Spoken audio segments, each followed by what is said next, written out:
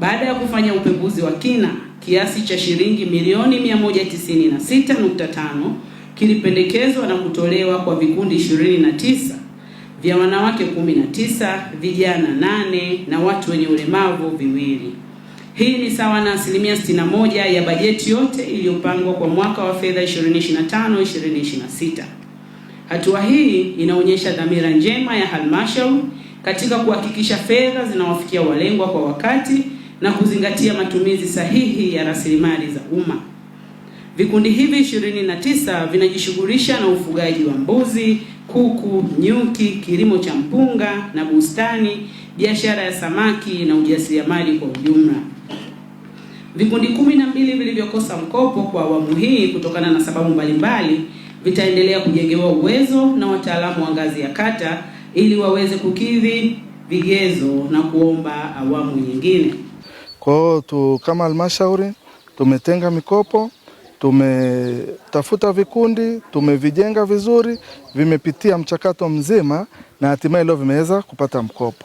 Na haya pia ni maelekezo ya waziri wetu. Kama tunavyojua, Mheshimiwa Rais aliunda wizara maalum, wizara ya vijana inayoongozwa na Mheshimiwa Joel Athuna Nauka, na pia ni maelekezo yake kuhakikisha tunawainua vijana kiuchumi kupitia miradi mbalimbali. Kwa hiyo kupitia miradi ya vikundi, halmashauri au serikali inawekeza fedha ili vijana sasa waweze kutumia fedha zile kama mitaji ya kuweza kujikwamua kiuchumi. Naitwa Catherine Migera.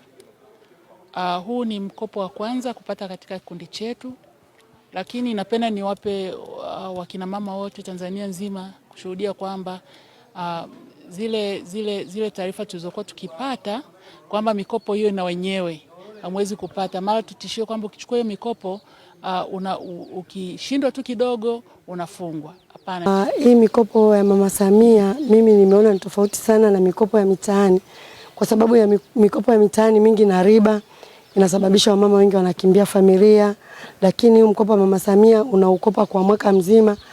Takriban mwaka mzima utakuwa umeshapata ni pesa. Pia tumepata mitaji kwa ajili ya kuanza kazi ambazo tumeteka tukasema hatuna kitu, lakini serikali imetutazama wanawake kwamba tufanye kazi, na wamama ndio tunao mambo mengi, wanasema ukimwelimisha mama umeelimisha dunia.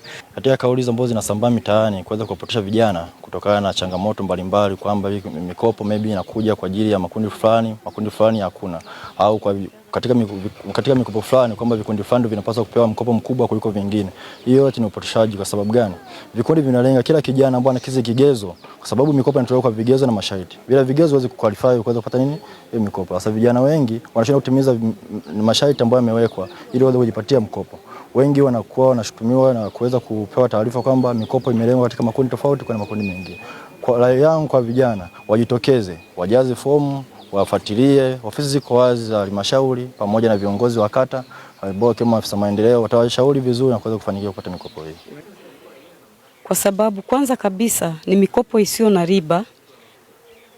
Ni mikopo isiyo na riba na inahitaji kazi kwa vitendo, si kwa maneno tu.